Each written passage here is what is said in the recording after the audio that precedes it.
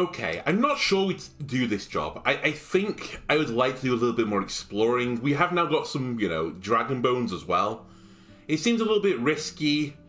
There's like two ways to look at it. I can either do that job and not travel a lot, or if I do that job, I know I can't travel a lot because of the muddy roads. But I think I'm actually going to head towards what I think is going to be Old Pagos now. We have a quest from, Foggy Lake to find out what happened to the cart. I didn't even consider this, that the cart on this road up here might have been the cart that was coming from Old Pagos. They may have been bandits that, robbed the cart. So, I think I'm willing now to travel to here.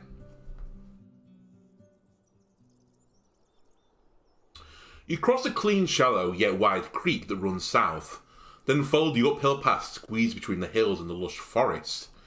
You spend a good couple of minutes passing a haunting meadow filled with dozens, maybe 100, cut-down trees, now overgrown by bushes and grass. You can't think of another time when you've seen a clearing of such size. Seems dangerous. If this goes on, the animals will join forces to strike down whoever is responsible for this. Or the locals surely are ambitious. I wonder how far they can push it. I think we go for the first one. From everything we've heard, the animals are going to push back against this. Once the clearing ends and turns into a corridor of trees and hills, you stop your horse. There's a monster in the middle of the road, reaching out with its long arms to grab and devour fruits and leaves from tree crowns, chewing them without haste. It's standing on its hind legs and leaning on a thick tail. As there isn't much hair on its grey skin, you see its impressive muscles. The beast is 3 times the size of a human, and while each move it makes is slow, its long claws and the ease with which it breaks one of the branches makes you think that a single swing would be enough for it to pierce through your jacket, or, just as likely, that it would simply break your bones and send you into the air. Like most people, you know quite a bit about pebblers. Once they get used to the unfenced farmer at Forest Garden, getting rid of them can be a huge issue. There aren't many blades able to cut through their thick skin and bones, and a single mistake may put them into a furious charge, encouraging them to look for human dwellings which they can tear down in revenge. The beast doesn't give you as much of a glance, but also doesn't move away. The best you can hope for is that it's going to walk away on its own, maybe tomorrow, maybe later. Okay, so we have to go back to the crossroads, because facing the fight would end up badly. Alright, so we're not going to Old Pagos. Understood. 2 squirrels, one red and one blue, are standing on top of 2 opposite signposts, screaming and throwing pebbles at each other. Oh, you little shit! Launches pebbles. When you get closer, they climb down swiftly and run towards a nearby tree. Okay. So I can't go that way. It's currently blocked by a pebbler, so I would need some way to deal with the pebbler. Ooh. Let me head back to the Old Forest Garden.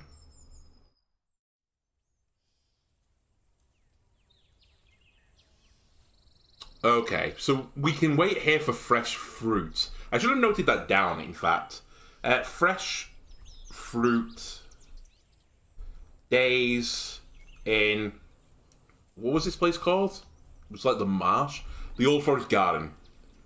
In Old Forest Garden. Okay. So I'm gonna guess that when the guy said, go left, maybe he meant go right. So I'm gonna go this way. You're not used to the scent of the bogs, but you weren't expect them to be so gentle. The humid air makes you think of smoked meat, and even though you ride by a few rotting carcasses and animal droppings, just as often you cross tiny meadows of pink, yellow and red flowers. The noises tell stories of never-ending wars between the swarms of insects, frogs and their hideouts. Snakes lurking among the purple grasses, birds patrolling both the water and the sky, and the saurians preparing to strike from beneath the surface. You can't separate the sounds of the living and those who are dying, if they are even different. You reach a boulder in the middle of the road, on the edge of a large pond. The road splits into 2 directions, but only smoke you see is from the southeast. From the south, I see no creature standing my way. Right. So this guy said before, you go left, then you go right.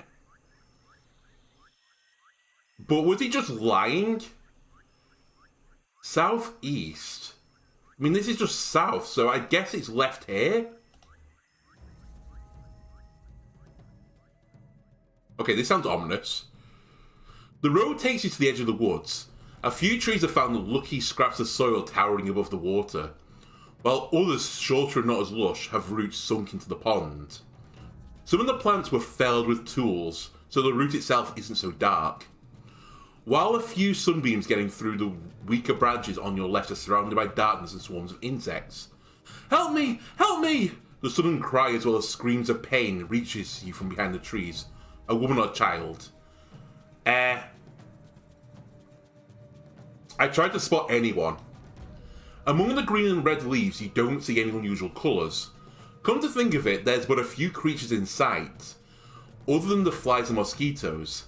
The dark-winged birds are quiet. The sparse toads are out sporadic, tense croaks.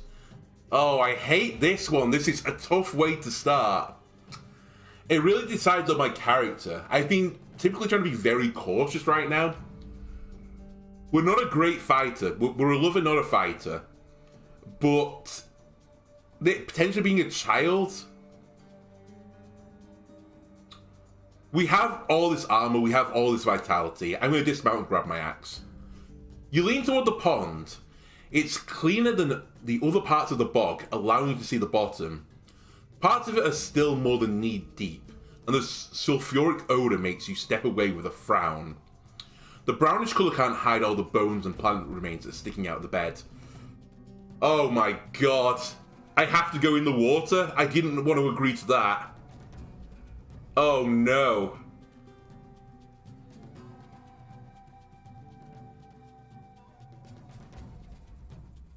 Oh no. Didn't some person say as well, don't ever go into the lakes? I'm gonna get murdered, aren't I? I've made a colossal error. Can I turn around now that I know? Oh. I have to see this one out. I think we're about to get our giblets bitten off. I have no time to waste. I rush into the water. Like, we lose appearance, that's the least of my worries. You get slow with every step as your pants and boots are soaked in water and mud. The cold water makes you shiver, and the sulfuric odour makes you glance at the animal bones sticking out from the pond bed. Your voice doesn't stop. You gather your bravery and move forward, disturbing the sediment so much that it forms a cloud of mud after every step. You run into the trees. Oh, I don't want to be doing this. I look around. Your clothes turn every step into a struggle. As you walk among the trunks and branches, you see no large creatures.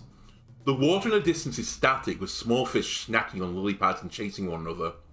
Something lands on your back and you plunge into the water, getting pinned down to the mud by massive paws. You're choking, carrying only splashes. We need to get out of the water. You try to roll away, and while the creature is heavy, with large paws and strong legs, you're strong enough to knock it off yourself. You bounce from the ground and dash through the shallow water, smoothly getting back on your feet, still holding your blade. I gasp for air to look at the beast. The cat's legs are bent, ready to jump, wide and muscular, its eyes staring at you without a blink. Are round and yellow, with pitch black irises in the centre. It's waist high with its chin hanging just above the water, and a jaw that could bite off your limb in a heartbeat. It has short hair and whiskers, and a nose as big as your hand. Even without the dirt, it's almost black, with glimpses of yellow that form a rose-like pattern on its sides, and dots on its head. You can't see the creature's paws through the now clouded water. The cat lets out a growl like a saw cutting a log. It's unscathed and confident. Oh my god. I've got my notes. Cats, do not provoke them. They look big and talk. So you know what? Take a defensive... But the human voice. Defensive stance, run away. Or human voices round, focus on it. I don't think we can run away from this thing. Get a defensive stance. I don't want it to rip my throat off. When you hear the flapping of wings, it's already too late. Bird talons sink into your shoulder, and once you get distracted, the cat darts forward, reaching for your thighs. You evade its first strike, but it then pushes your stomach with its huge paw, cutting through the armour. Before you can reach it with your blade, it's already out of your range. Your fine gambeson keeps you in one piece. The grey bird also flies away, now circling around you, gracefully avoiding the tree trunks and branches. It has a red tail and a short, curved, vulture-like beak. It growls just like the cat did a moment ago, and you notice the human screams have disappeared. So it's 2 against 1. The cat looks into your eyes and roars. As it moves towards you, don't see any wounds on its shell. Its companion circles around you looking for an opportunity to attack from above. Oh my god. I honestly don't see how we run away from this. I'm inside water, muddy water. A bird is in the air, that's going to be faster than me. The cat is going to be faster than me. And what time am I playing for? I think we have to go for it. We need to look for an opportunity to make a precise strike. Engage all knowledge centers. The bird distracts you by pecking at your hair, jacket, and hands. You do your best to evade the cat's attack, then to strike it as it charges at you, but your attempt fails. Even though you also land a hit, the beast manages to reach your stomach with its claws, slashing through your armor while your old axe cuts the beast's shoulder slightly. Your gambeson keeps you in one piece. Struggling, I push it away with my axe and prepare for the next attack. Oh my god.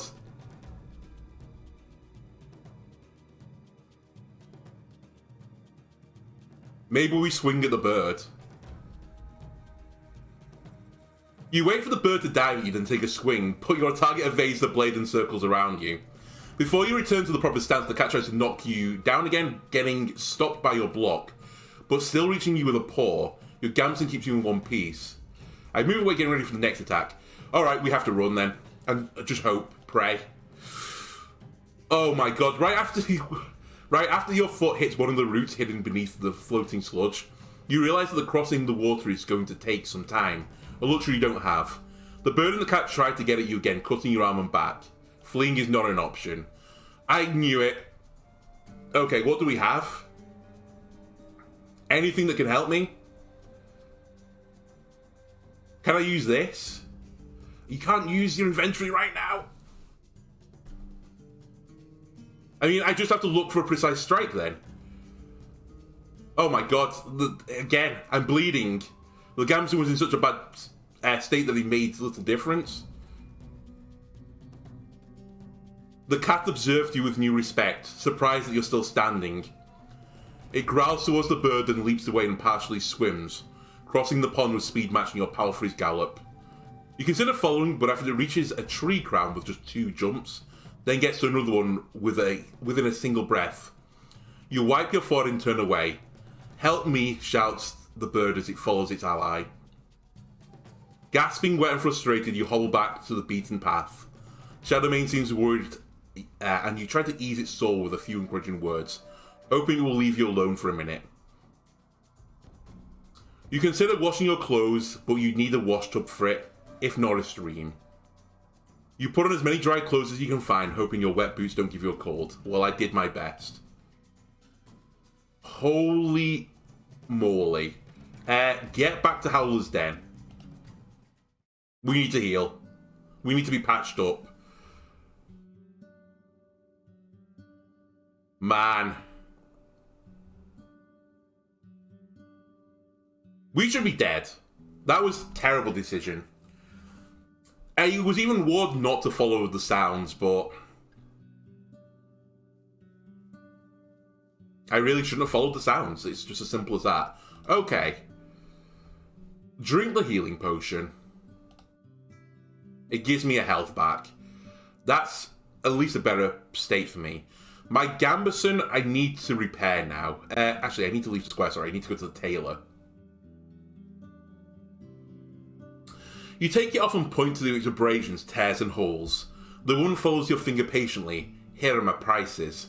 In an hour for 3 dragon bones, I'll return this rag into armour. You want to pay less? Bring it in better shape. And if you want me to properly patch it up, you'll pay 2 more rings. To get it truly strong for strong for longer, I'll need it to be made of better materials like spider silk. Your prices are high. Aye, as high as my work's worth. How? Oh my god. So to repair it back to half, I have to pay 3. Alright, I'll do it. And I'll pay 1 to get my outfit repaired.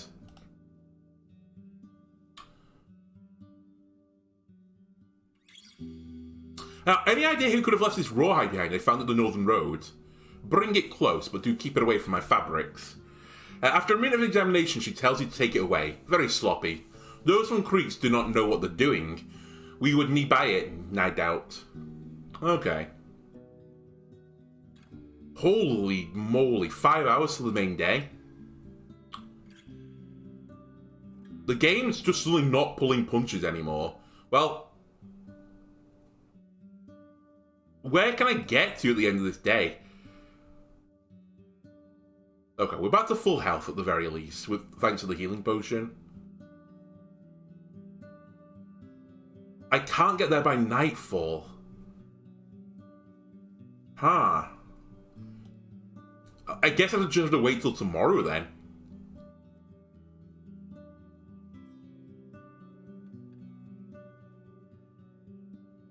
And I can't afford to sleep in a room anymore, so the Mouflon pelt, that'll have to do. It's warm here, but the Mouflon skins allows your back to rest a bit.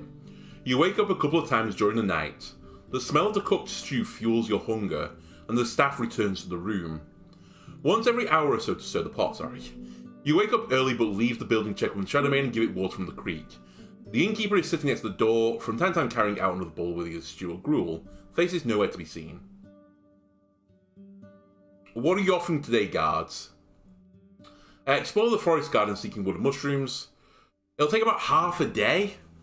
Alright, I have to do it now. I need money. Don't hurt me, please. Okay, we lost appearance. That I can live with.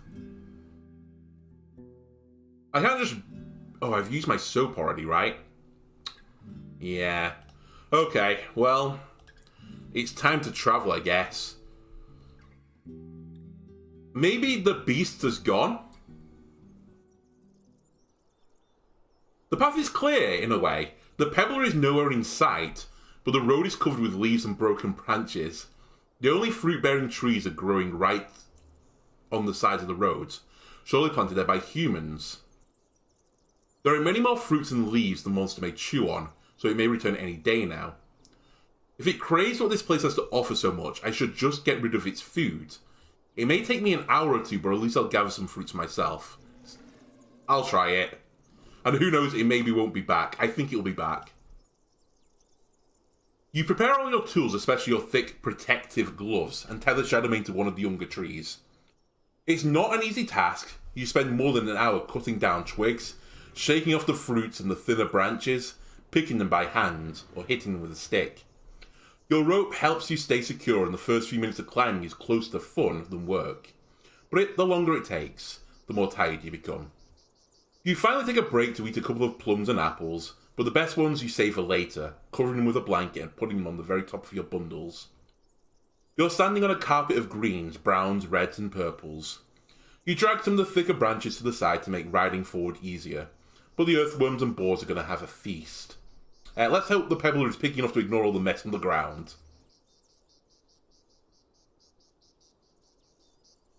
The corridor of prune trees leads to a steep ascent. Behind them grows a peaceful meadow filled with flowers and crickets, and the humming of a waterfall. On the beaten path you spot no footprints or wheel trails, but there's a smoke on the horizon. Dismount and put Shadowmane on a rope. The pastures and fields are spread over a natural plateau. Humans must have been carving in the hill for generations, covering it with soil brought here in buckets and wagons. Among the weeds and tall grasses you spot rotting tools and a tunic. The pasture is overgrowing, and so do the fields. Some of the oats are ready for harvest. Something is wrong, I prepare my axe. The locked gate is taller than a troll, and you can't imagine climbing up the massive wall. For a moment you follow the path to the edge of the cliff. The roaring ocean is more than 100 feet below you. You spot no one looking at you from the watchtower, no patrols of archers. The wall is occupied by black and blue birds of various types. You return to the gate and focus on the sounds. There are a few screaming ibexes, a young boy is crying. Knock on the gate with the handle of my weapon. The thudding scares away the birds. They call loudly, starting the cacophony of throats and flapping wings. After maybe a minute, you hear a bronze plate scratching against the wood as someone reveals the peephole. The strict female voice stops you from moving closer. Traveller, all Pagos is secluding, for it has been smitten by a deadly plague. Begone before you get sick. Ah.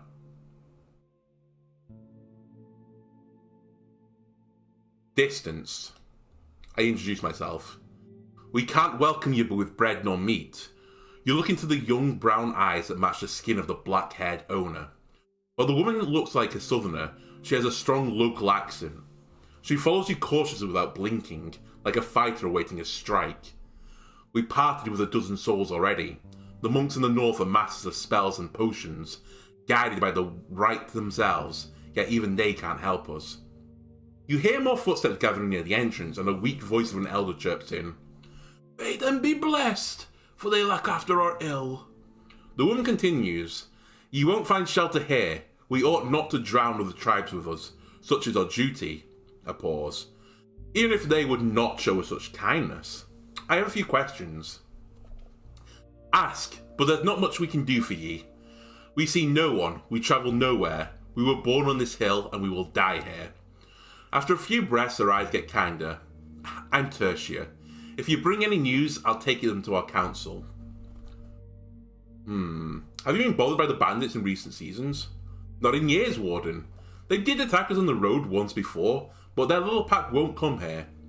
At first her tone is gentle, but after she blinks twice, it turns solemn. Or they would face our anger. Our walls fear only dragons, or blades are made of steel. You want me to ask the other villages for help? There's no love between us and them. We don't share drinks, stories, or dances. If it weren't for marriages, our children would never see each other, and if it wasn't for trade, we could just as well live on the mountain peak. They need our stone, we need fishes and salt from Gale Rocks, game meat from creeks, and grain from Howler's Dell. But all of them are harpies, led by greed and lust, the same ills that wounded our grandparents. She hesitates and looks to her left. Still, the wicked souls of White Marshes are even more burrowed in the shadows. Sounds like you hold a grudge against them. She takes a deep breath. Yet I won't spread any rumours. As much as it saddens me, they need to survive, and we need them. And you're even stranger to us than they are. Alright, fair enough. Do you know anything about Asterion? You can't tell anything from her eyes. Isn't he dead? What makes you think that? I'd say that about any traveller who disappeared in the wilds. Wardens may know their roads, but they're not above humans. Don't you know what the saying? Wait 2 days for the lost, 10 for the wounded, 20 for the ill and mad. You don't wait for more. So, you were waiting for him? That's not much of a secret. She looks to her right, then at you again. Head far east to the crossroads. You'll find a watchtower, an old building made of stone. You notice the pride in her voice. But how did they use since the war? Your friend wanted to turn it into a shelter, hire guards, patrol the roads. He took our key and rode away. He was meant to meet with us again, trade for materials and tools. Never happened. Any idea who else could have such a key?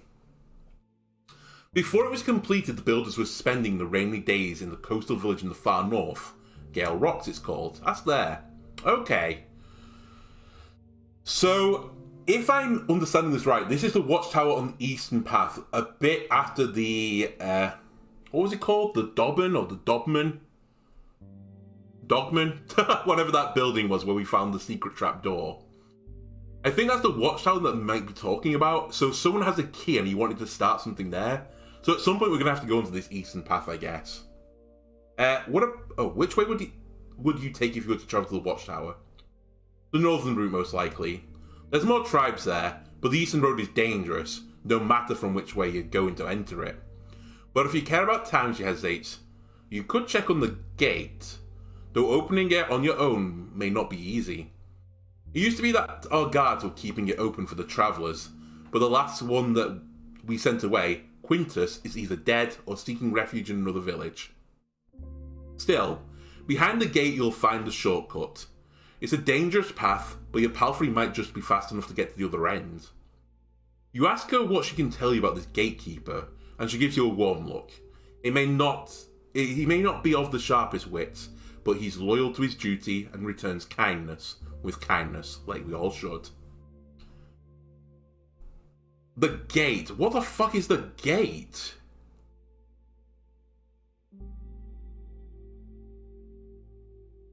I assume this is straight through the middle, right?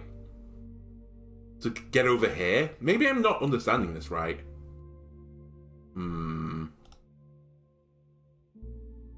Tell me more about the illness. She glances at someone or something that stands to her right. It lasts a long time. Even those who seem to avoid death remain weak for days. It's COVID. There are fevers, headaches, red faces, red eyes, and a rash. Those whom we had to burn were sleeping and raving, unable to understand us, and got too weak to move or even drink. Okay. She looks down. Children and elderly suffer the most. Why am I asking why don't you harvest your crops? Because of the plague, right? Even though her cold gaze doesn't break, her voice betrays her pain. Some of our youth refuse to stay behind the walls. They say they need to leave before they fall sick. If we were to let them outside, one of them could refuse to come back. You frown. No, it wasn't pain what you heard, it's shame. Okay. Let me ask if they have anything for sale. We hardly have enough for ourselves, we used to get supplies for our rocks and sculptures, but the monks advise us against it, or wares may carry the illness. Okay, well, that was fantastic. How long have we got left? 8 hours. Oh, I can go north of here now. Oh, that seems really dangerous. Oh, to get to Gale Rocks, you can go that way, is it? Or is this to the... I don't know.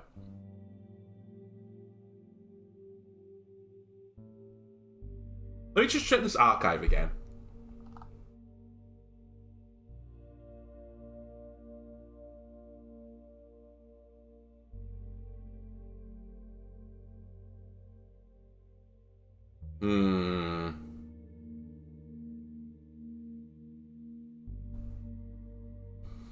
So I think this might be a path that takes you to Gale Rocks. Is this a secret path that I've now got access to?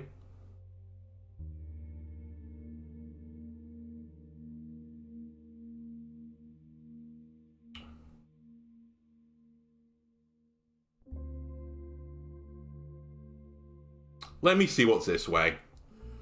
You ascend a gentle hill with green thickets coating the valleys. The pass is like an endless bridge built by the ancient three-legged giants, or maybe by the pagan spellcasters. The higher you get, the fewer plants you see. Hit by a cold wind, you adjust your cloak. I ride slowly, sitting in the centre of the saddle. Mountains are harsh for horses. Oh, is this going up to the monastery?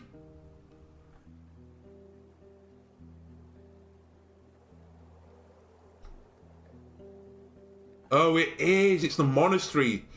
Sorry, I thought for some reason the monastery was behind or, like, encased in Old Pagos.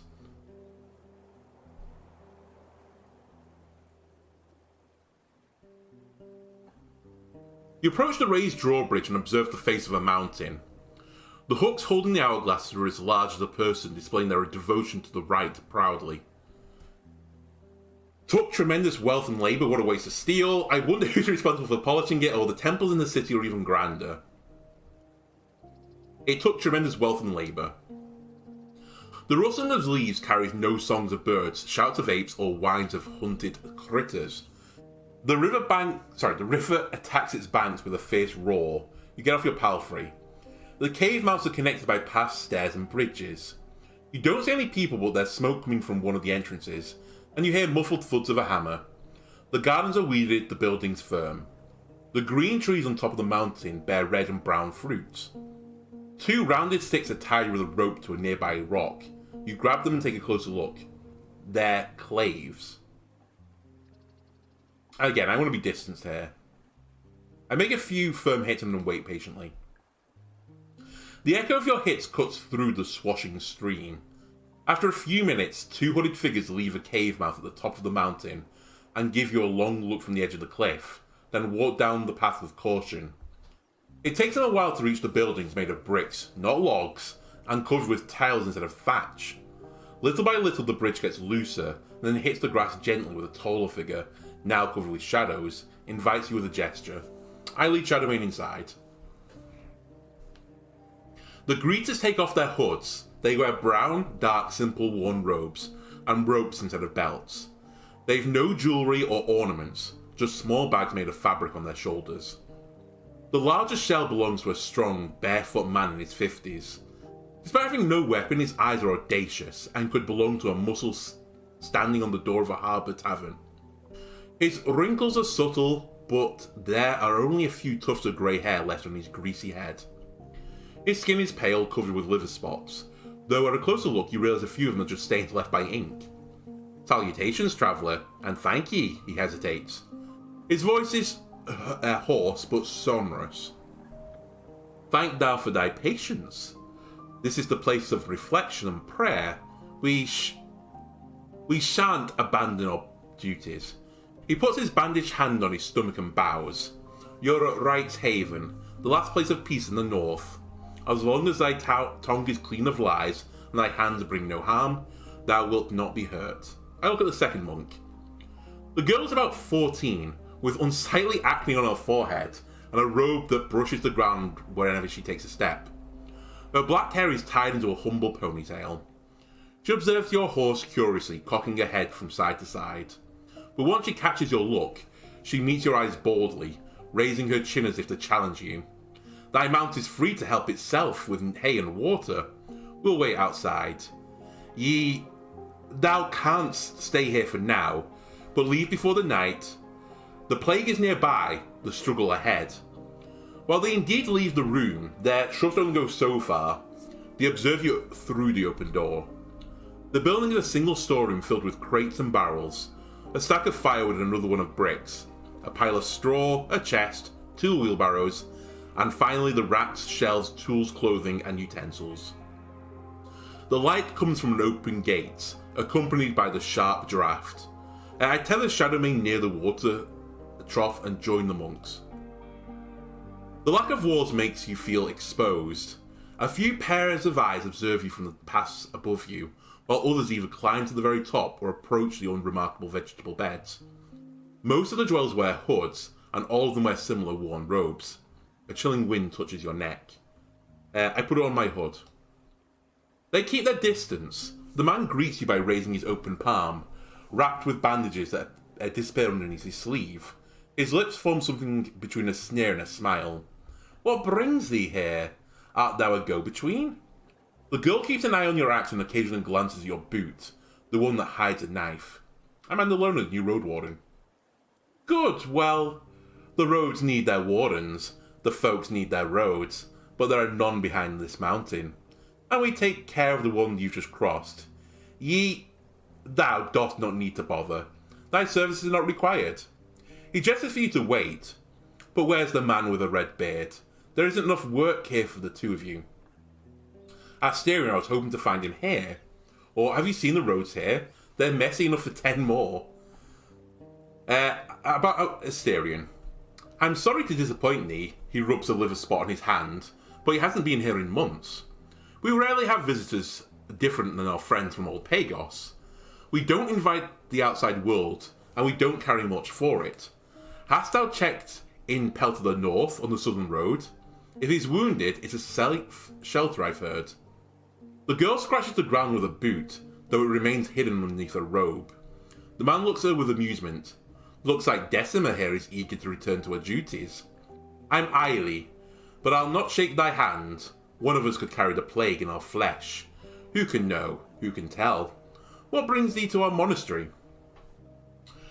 Anything you can tell me about the plague that has beset all Pagos?" "Well, his cough doesn't help his hoarse throat. Also not helping, passing the plague. We don't understand what makes it grow. We put to use all the ingredients we found, brewed as many potions and balms as we could, and they worked, for one afternoon. Then people once again fell ill. Who can tell where the sickness dwells? A powerful healer could get rid of it once and for all with a single spell, but no follower of the right in the north carries such talents. Maybe it's time for someone to enter the village and look for the source? I'll seek a great healer then. He rubs his hands together, pressing a thumb against his palm and looking at the sky, such as the Druids, the Necromancers, the Golem Maker, dangerous souls with no reason to help us. I'm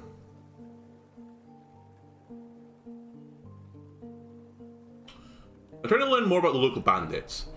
Then asking the villagers. He looks at the wooden entrance hall behind you. No group is going to bother us, for they've got no understanding of our numera and potions. Alright, this guy is keeping his cards close to his chest. Do you know anything interesting about the path leading through the heart of the woods? I used to, but like all places that belongs to beasts, it shifts every year. The only reason why it still has trails at all is that the creatures use our roads as their own game trails. Only a dimwit would try to cross it now. After you ask him if he knows any such person, he takes a deep breath. Well, last I heard, Quintus, the gatekeeper from Old Pagos, is missing or dead. He's a brute and an idiot. Can't understand jokes, can't stand weaklings. If thou ever meet him, just smile and let him speak as much as he needs to shut up. Alright, don't like Quintus, do you? How about the necromancers in the north? He rubs the liver spots on his forehead with a bandaged hand, looking with one eye at his short companion. This and that. I heard I can find them in the northwest. Yeah, okay, I heard you can find them in the northwest. He nods. Head back to the crossroads, then north, then right into the bogs. There you'll find white marshes. Nope, I found an eagle and a cat working together at defeating me inside of a bog. I found, like, the dynamic duo. The tribe used to forage and gather peat, but now it follows Orentius, their priest. Who knows? Maybe he's the reason why so many travellers have disappeared on the roads. Decimus scratches the ground with a boot, humming a tune, but Ailey tells her to shut up. He then carries on with sudden anger. The story is as old as the Right's tablets. Tribes look at monsters and ask themselves, how can we use them? Their pride pushes them into their own fall. They hurt the innocent, they vanish in flames, or awake as empty ones. How are your thoughts on Orentius then? He's never been here. He's locked in that hut, a prisoner of his own conscience, speaking to his tribe as to children. Could there be a darker joke? A necromancer who calls himself a prophet. As he snorts, Decima puts on a wide grin. What next? An emperor bathing in blood? No follower of the right could serve such a fall. What was it like before his arrival? Far from lovely. His smirk softens as his eyes grow worried. It's been struggling for years, with food, children, the beasts of the bogs, the traders. They were strangers to us even in the old days, when they used to join Old Pagos in their pagan feasts. He looks at Decima, who listens to his tale curiously. But then, the monks arrived, and that bridge went down with flames. When the missionaries reached the bogs during the years of war, there were already some wounds that could never be sealed, not even by a shared prayer. Okay, let's return to my other questions. Why can I not spend the night here? Want us to give thee a chest and a weapon rack too? Or maybe feed thy mouflons in our gardens? Or ask us to bed with thou? It's not an inn. We respect the hardships of one's journey, so we don't scare off the strangers who cross the mountains. But we don't let them wander about and take our time for granted. He looks at his bandaged hand, makes a fist and opens it and stretches out his fingers. Maybe with Old Pagos locked, or old rules too shall change.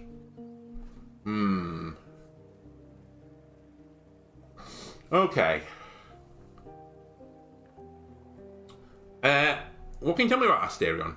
Let me think. He looked up at the sky and clenched his fist around the strap of his bag. The first time he was here, he asked him to find some iron and Gale rocks. The second time he did bring us a few scraps, but was wounded. A piece of flesh bitten away from his thigh said that a three-legged worm had caught him off guard in a meadow. Instead of his pay, we offered him a potion. Tell me about Gale Rocks. He hesitates but finally nods. Just some seaweed eaters. Their soil is barren, but the strongest of them spend their days on the boats, amongst the sharp rocks. Those who can't hunt for fish boil water to make salt.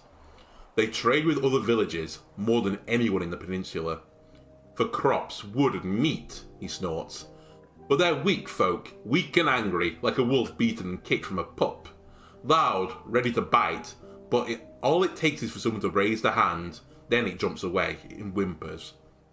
He lets go of his bag. At least they follow Wright's teachings. Anything noteworthy about the iron he delivered? Scavenged from furniture. A few of them were rusty. Who knows where he bought them? We melted them for nails. Do you have a job? He puts his hands together and repeatedly taps his fingers. After a few breaths, he straightens up. No! Alright, do you want to fucking barter then? Not today. Not before the spring. Our order uses every bottle we make to help the sick from old Pagos as well as protect ourselves. I could bring you dragon bones or something that doesn't grow in the mountains. He looks at the steel hourglass hanging from the wall. Taste, softness, tools of murder. We shall crave naught. One thing we lack are delicacies. We could offer to the sick and weak, but thou wilt not find such a thing in this sad land. I also dabble in alchemy bit. Can I use your tools to brew? Curious. He puts a bandaged finger on his chin. Back in the day, the Order would lend thee its workshop in exchange for thy recipes, but now... He rubs his skin, observing Decima. She shakes her head gently. That was before the war. If aught breaks under thy touch, we would struggle to replace it. No amount of coins may buy us a trader with a glass files and bronze or golden tools.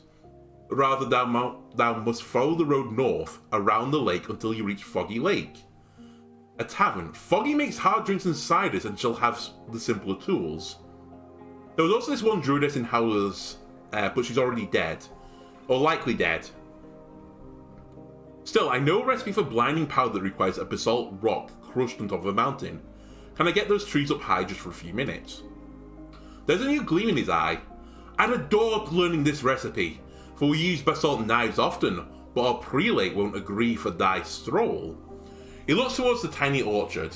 The pride makes his voice stronger. We need to be sure you, thou, art a friend of the Order, not a threat. A gentle cough. We can't let you run into the caves. Thou ceased. So we need to be a friend to get powdered basalt. And he just doesn't trust me for jobs. Brilliant. Alright, see you later. You have been completely useless. How much time? 8 hours.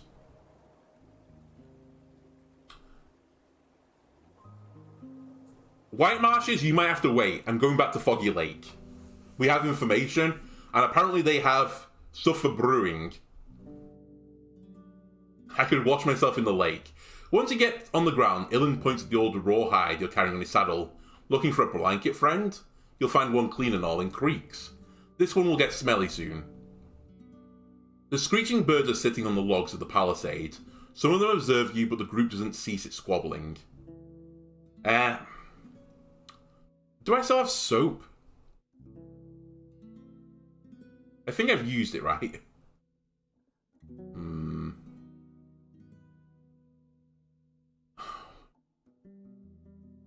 You enter the bridge and it moves to its edge. Somewhere below you notice a glimmer. Hey, you step back, run! But I've been thinking you leap towards the yard. A long, teeth-filled mouth breaks through the water surface. I should just not go near the water, right? Splashing in every direction, it bites the empty place where you're just standing, while the front limbs, thick, scaled, and ending with claws as large as your fingers, land on the wood. Once the Saurian's yellow eyes notice that you're outside of its reach, it nonchalantly strides into the lake. You hear laughter come from the yard. Illid was running with help, but now stands with his hand on his side, cackling without rest. Svi, on the other hand, looks at you with worry. You see a hand kept beneath his cloak, as if he was reaching for something. What are you doing, This lake isn't for outsiders. You have warned me. Alright, I'll stay away. Alright, go in the tavern. Honestly, I thought with them killing the beasts that maybe I could watch in the fucking lake, but no. Just going near water. I'm going to become hydrophobic. I need to embrace being an oil. Right, someone is snorting in the attic. Alright, someone's just reading lines, no doubt, that they've been to the water themselves. Foggy looks at you through a hole leading to the attic. She gets down, having only one arm doesn't seem to hinder her. She welcomes you with a gentle nod. I spoke with Caius. I wonder why you decided to keep him around. I bring news from old Pagos. They're not good. 1 gold coin, thank you. Listening to your tale, she rubs her forehead. Well, not what I was hoping to hear, love. But I'm glad you went there. Better warn the other settlements. Folk should know before they send their own messengers. It's going to be a rough few seasons for all of us.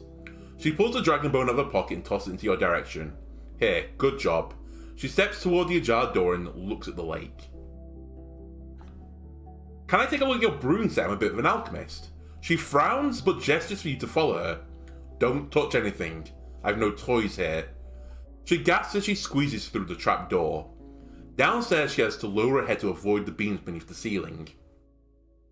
The humid scent of over a dozen wooden barrels is free of putridity. Your eyes run over the trophies, claws, bones, jaws and tusks are gathered in piles, while the staffed heads of various creatures observe you with their fake eyes. Foggy lights a candle with the help of a tinderbox and leads you to a table in the furthest corner. The instruments made of glass, gold and copper would allow you to brew even advanced potions. Bottles, scales, knives, alembics, mortars, a crucible! The jars on the shelf contain simple but useful ingredients. Foggy, I could put this table to good use. Could you now? Her voice is playful but her face is covered with shadows. You could also set this place on fire or spill my stuff or break this glass thingy. She waves at one of the alembics and heads back to the stairs. We'll see how trustworthy you are, dear. We'll see. She suddenly turns back and gives you a harsh look. Don't you think I'll give my stuff for nothing? We're in the middle of nowhere. Ingredients are expensive. You brew, you pay. And if I don't like the way you walk around here, you pay more. The rule of the tavern. Oh my god. Right, so I have to become more friends with you. Do you want me to do anything else? She scratches her stump of a missing arm. Her powerful voice carries a hint of a threat. I need a soul who can handle a delicate task, and I'm not sure you're up to it, dear.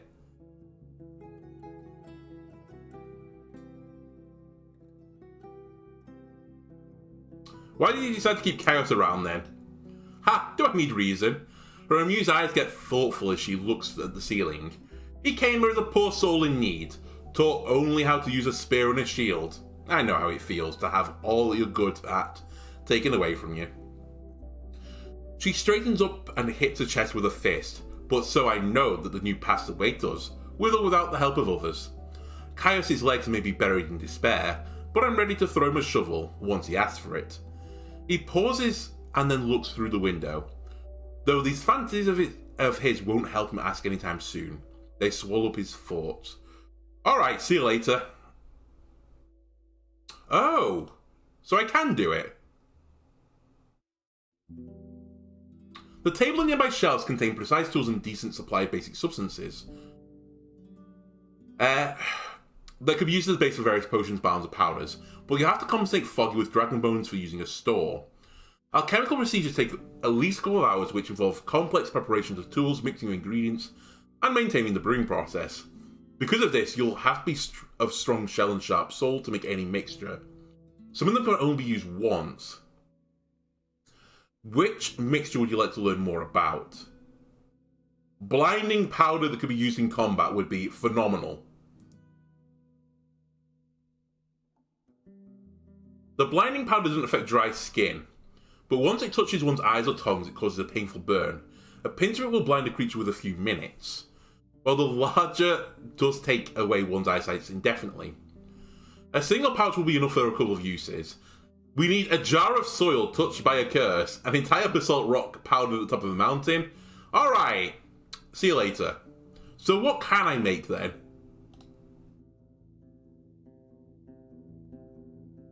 Where are you? Is there anything I can make? I have 3 bundles of woundwort and a bunch of marsh bulls. Can I make anything with this?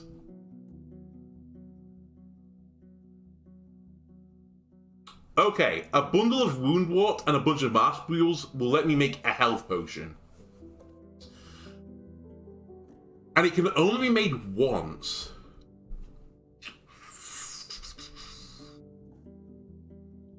Ointment for the Ford. Oh, she wants 2 food rations.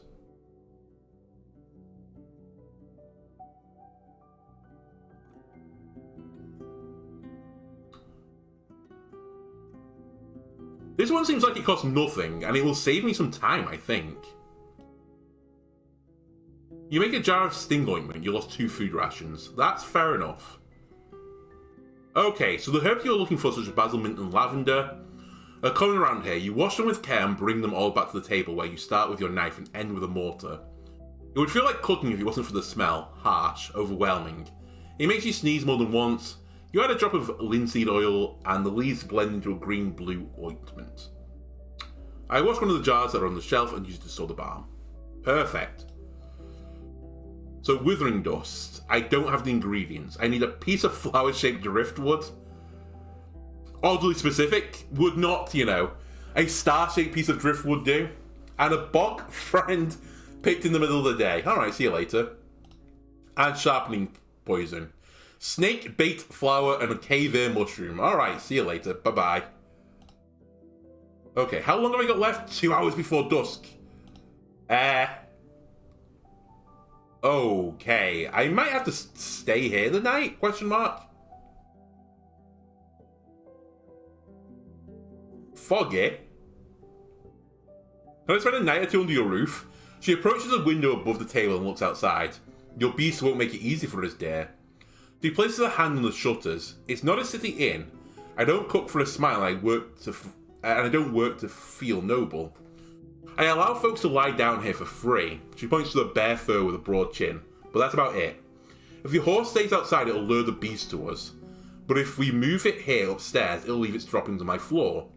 She gets annoyed even by the idea of it happening. If you want to rest here, love, be either ready to pay with coin or some food rations, or to spend the night keeping your mount quiet and clean after it in the morning, will you? She steps away. Oh, I really don't want to stay here. Do I make a risk? Do I take a huge risk here? I've already taken some huge risks today. Do I try and get to Creeks? Didn't she say it was just down the road? But what way?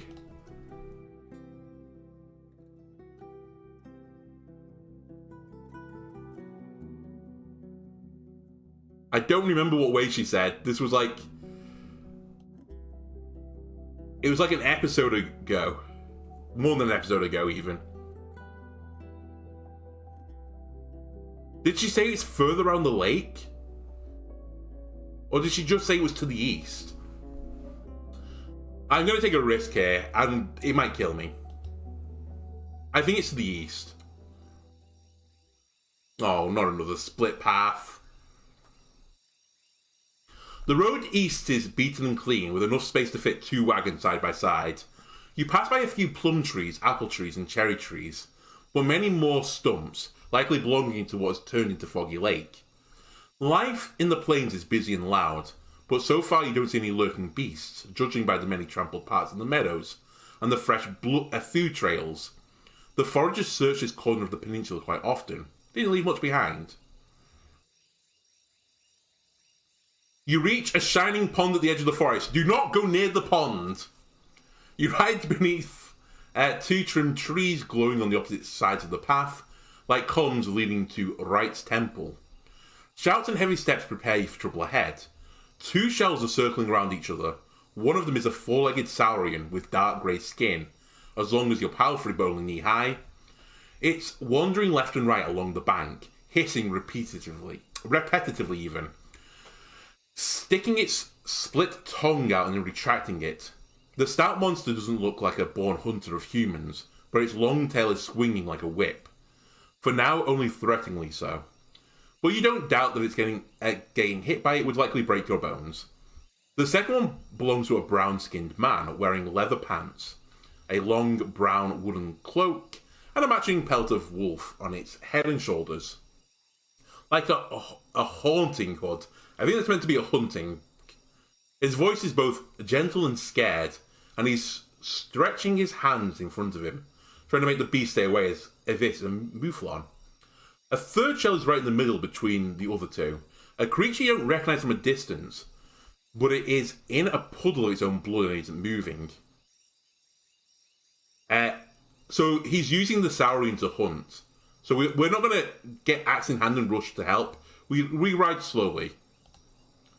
You stand up in the saddle and have a better view, then realise that the corpse on the ground is but that of a white ibex. The man who acknowledges your presence with a nod speaks with a hint of playfulness in his voice, asking the Saurian to be so nice as to stay away. He then turns towards you and points at the prey. "Friend, lend me a hand, will you? I'm trying to seize it." As you dismount, the Saurian takes a step closer to the pond. I'll be playful with him as well. "I don't think your ibex can be helped, kind stranger." He tilts his head, then lets out a chuckle. "Nah, not mine. Was the kill, and I'm not a beast breeder." He points at his hat as if it's meant to be proof of some sort. The brown mouth resting on his forehead is quite distracting. "But there's food in the middle of the road. How could I look away? This ibex is our destiny, friend." After a short pause, he whispers, "Say, do you have any fruit in those sacks?" "Throw some at it." He points at his beast. "Okay, we do. We have some wild fruits."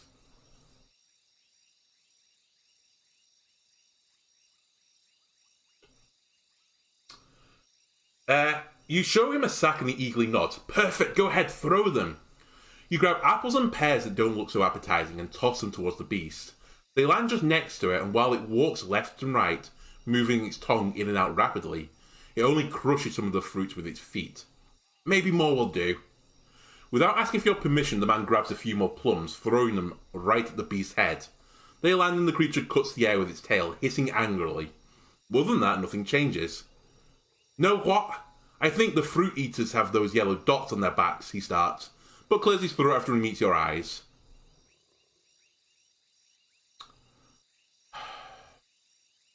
"You wasted all my fruit, didn't you?" I sigh and look at my weapon. "I'll distract it, you grab the ibex and drag it away." "You know what? Sure. Something has to come good for me." He scratches his hood and nods with approval. "You know what, your friend? That's an excellent plan. Do so." Without another glance, he once again shouts at the beast, then dashes away from you, followed by his cape. The monster hisses and reaches forwards, as if it's waiting to see what you're going to do. As you step forward, hoping to draw the monster's attention as far away from the carcass as possible, it answers your challenge and shortens the distance even further. "No, don't look big. This is a Saurian, not a cat. I try to avoid its attacks." "How do you expect it to strike? Keep an eye on its tail." The Saurian still surprises you with a range of attacks. It turns around while pouncing forward and swings its tail at your chest. Thanks to all the attention you pay to its movement, you duck beneath it and then jump away. The next few sways are distant enough that you don't have to fear them. "Ha! Dumb beast, you hear?" The thief is running away with the ibex on its back, holding it by the legs, while it hangs from its shoulders. You chase after him, barely able to outspeed the monster yourself, as it has already lost any interest in you. Without your help with the weight of the carcass, you doubt the man could get far. I shout at Shadowbane, "Run!" You follow the trail of blood as well as the constantly bouncing head of a brown wolf. Once you get close, the man doesn't mind sharing the burden with you. You now hold the creature by its head, and while running side by side is awkward, the weight isn't overwhelming. Your palfrey leads the two of you to the top of the hill. "I didn't even touch it, aye? Some good dodging." He warmly laughs, but let's not tempt fate. He looks back, yells in panic, and speeds up. I tell him to prepare for a fight. Why? Just run. But the clash never comes. After another minute, the beast gives up on its pursuit, though you wouldn't have realised if it wasn't for Shadowmane, who now trots without a single care. You look back and the Saurian indeed backs down, moving to its pond slowly. Once you approach the woods, you take a short break. Even from a distance, you can see a distant trail leading between the trees. Not a guard in this forest, the man speaks briefly, gasping from the burden. Not too dark, and cats are but a few. Boars are there, though, and gargoyles. Better not go too deep. There are no roads there. His face is not much older than 20, shaved with great care, cleaner even than amongst the city folk. While his hood and heavy cloak mask his figure, he seems well-fed and healthy. You're halfway there, friend. Creek's is a gorgeous place, you know. You'll love it.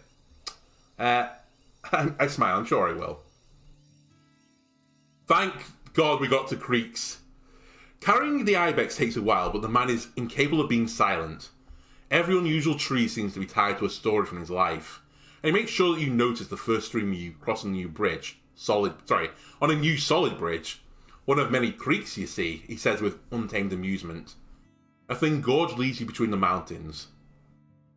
This place seems quite susceptible to bandits. Okay. You follow the trail of shouts and laughter. 7 people about 20 years old each are gathered at the wooden bridge, leaning against the railing, bathing in the stream, lying on the grass.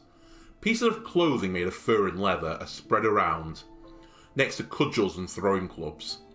Once the sound of hooves managed to break through the chattering, the curious young eyes, untouched by wartime, turn toward you and an excited whisper spreads. The shells are proudly displayed and the confident smiles are both inviting and challenging. How's the water? The hunter greets the tribesfolk while stepping on the logs. Gentle and warm, says a man resting on his friend's shoulder. That's a nice ibex. There are paths leading in many directions, but the main road will take you uphill. Awkward. As I walk past the naked people, I look at the watchtower. There's no reason for me to be embarrassed. I look at them. We make the Sigma male play. We look at them. But not too much. The light dances on wet hair, both on the heads and crotches, luring your eyes just as much as the revealed chests and muscular arms. You've interrupted not just their bath. The soul who's speaking with your guide is embracing another man as he's sitting behind him, while one of the women keeps her arm around the waist of yet another man. You hardly see any wounds or marks caused by sickness. The harshest days of this group are still ahead. As you move your eyes from one person to another, they greet you with kind nods, but you notice that the ones standing on the bridge are holding their breath and leaning away. You notice your own scent, and once you step off the logs, the hunter chuckles, seeking warmth. Don't worry, you can always wash yourself in here. I nod to the group, then follow the man. The palisade is as tall as the trees, but being placed on top of the crags makes it look impassable. What? Why is the gate closed? The hunter turns to the watchtower and repeats his question, only louder. Maybe call Ella. Too blind to see we ever guess, A hardly visible guard with a female voice leans over the tower. He's coming, Howler! Relax! Her shouts hint at no patience towards him. The youth dying in the woods after the bath. Why wouldn't we be close? The man glances at you. I wait patiently. They argue for a good minute and you realise it's just a friendly banter. You don't recognise some of their jokes, referencing events and people you've never met. Their accent resembles Foggy's, but it's thicker and you'll have to get used to it. Don't let Ephron talk you to death, friend. The soul from the tower shouts at you as the gate opens. We enter the village. The sparse clumps of grass survive only on the edges of this spacious yard. The few onlookers wear working clothes suitable for their hard labour. They're carrying tools, planks and logs. You're next to a large building of unusual shape, either a temple or a house of gathering. It makes you think of a cabin that's been getting larger over the course of the years, with the section in the middle being darker and more crude than the outer ones. A slightly overweight man is standing in the front of the building with open arms. Welcome to Creek's, friend. His voice and eyes are gentle, but there's vigour in his stance and gestures. Ephron was meant to hunt, but I see he brought not one but 2 unusual creatures. The hunter rolls his eyes. Don't embarrass us with this prattle. He raises his voice and fills it with bitterness, addressing no soul in particular. And maybe ask someone to help us with this ibex. It's our shared catch, he points at you. Now, I want to know whom we are grateful, Ellen nods towards you. While I introduce myself, I observe him more closely. Being close to 30 years old, he's one of the older souls around. Just like the other village leaders, he has clothes made of animals but not plants. The leather pants and jacket are humble, but the shoulder cape, reaching from his neck to his elbows, used to belong to a yellow elk. His brown skin is darker than that of a farmer, and as you look at the outreached hands, they carry the marks of being cut by tools. And Ela, the carpenter, he takes a step forward. Takes a step towards the true. He takes a step. Why can't I say the sentence? He takes a step toward the fruit trees and invites you to move forward. Like most men. Okay, we're approaching the end of the part, I think. Like most men in the village, he's cleanly shaved. How about I show you the rest of the village? It may be humble, but it's as beautiful as a blue starling. You know what? We'll go through creeks next time. We've reached a place that we can hopefully rest before dusk. We've had a really sketchy part. Honestly, we probably should have died. Going into that pond was stupid. Washing in the foggy lake afterwards as well was also pretty stupid. Let's not worry about our parents that much. We can deal with this in the future. We just need to regain some, finances after we had to repair all of our stuff and drink a health potion. Anyway, thanks a lot for watching, and I'll see you next time, where we'll explore the creeps. Goodbye.